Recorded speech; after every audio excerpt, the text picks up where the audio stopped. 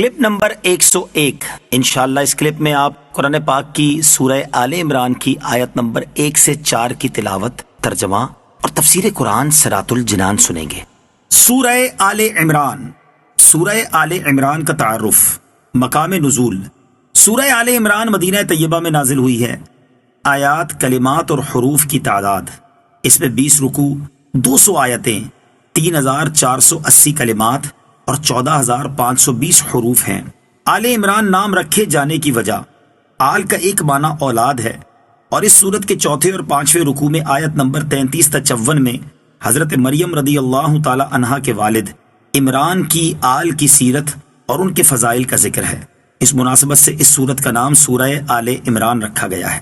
سورہ آل عمران کے فضائل، حضرت عثمان بن عفان رضی اللہ تعالیٰ عنہ فرماتے ہیں، جو شخص رات میں سورہ آل عمران کی آخری آیتیں پڑھے گا تو اس کے لیے پوری رات عبادت کرنے کا ثواب لکھا جائے گا۔ حضرت مکحول رضی اللہ تعالیٰ عنہ فرماتے ہیں، جو شخص جمعے کے دن سورہ آل عمران کی تلاوت کرتا ہے تو رات تک فرشتے اس کے لیے دعائیں کرتے رہتے ہیں۔ بسم اللہ الرحمن الرحیم۔ ترجمہ، اللہ کے نام سے شروع جو نہایت مہربان رحمت والا ہے۔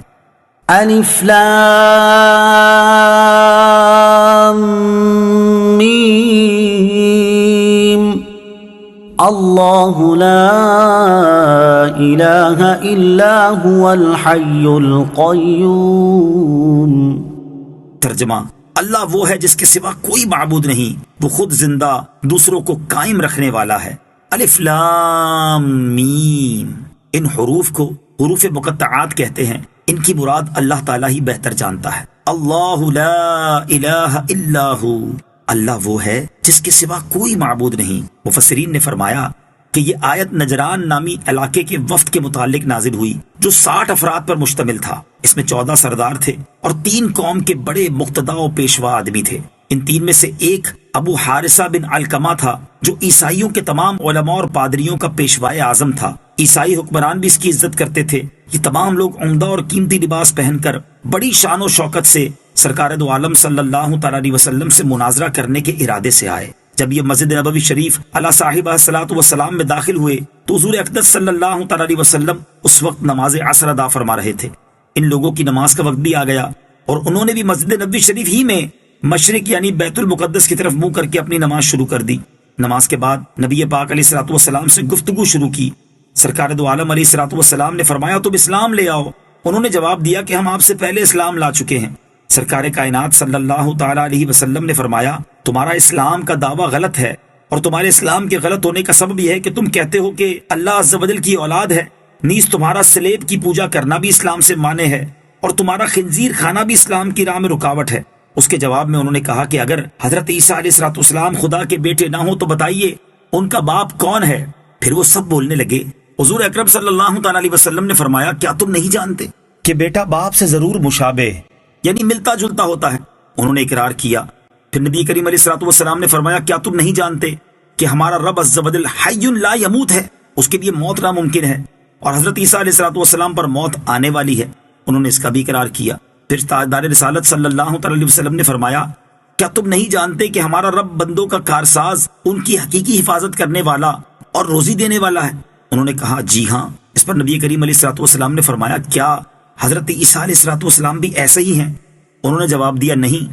نبی کریم علیہ الصلوۃ والسلام نے فرمایا، کیا تم نہیں جانتے کہ اللہ تعالیٰ پر آسمان و زمین میں کوئی چیز پوشیدہ نہیں؟ انہوں نے اقرار کیا۔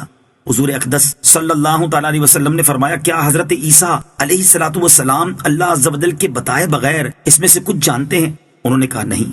رسول اکرم علیہ الصلوۃ والسلام نے فرمایا، کیا تم نہیں جانتے کہ حضرت عیسیٰ علیہ الصلوۃ والسلام حمل میں رہے اور پیدا ہونے والوں کی طرح پیدا ہوئے، اور بچوں کی طرح انہیں غذا دی گئی، اور وہ کھاتے پیتے تھے، اور ان میں بھی بشری تقاضے تھے؟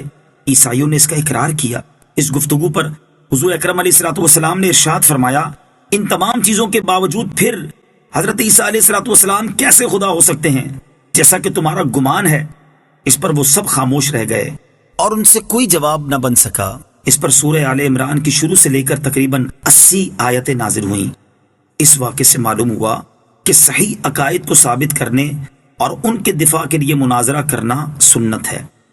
حی اور قیوم کے معنی، اس آیت میں اللہ تعالیٰ کی 2 صفات حی اور قیوم کا بیان ہے۔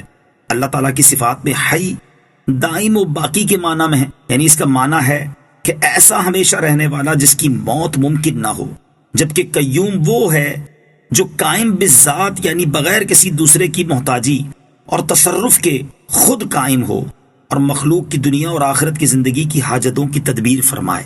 نزل عليك الكتاب بالحق مصدقا لما بين يديه وأنزل التوراة والإنجيل من قبل هدى للناس وأنزل الفرقان إن الذين كفروا بآيات الله لهم عذاب شديد والله عزيز ذو انتقام۔ ترجمہ، اس نے تم پر یہ سچی کتاب اتاری جو پہلی کتابوں کی تصدیق کرتی ہے، اور اس نے اس سے پہلے تورات اور انجیل نازل فرمائی، لوگوں کو ہدایت دیتی، اور اللہ نے حق و باطل میں فرق اتارا۔ بے شک وہ لوگ جنہوں نے اللہ کی آیتوں کا انکار کیا ان کے لیے سخت عذاب ہے، اور اللہ غالب بدلہ لینے والا ہے۔ مصدقا لما بین یدیہ، اپنے سے پہلے کی کتابوں کی تصدیق کرتی ہے۔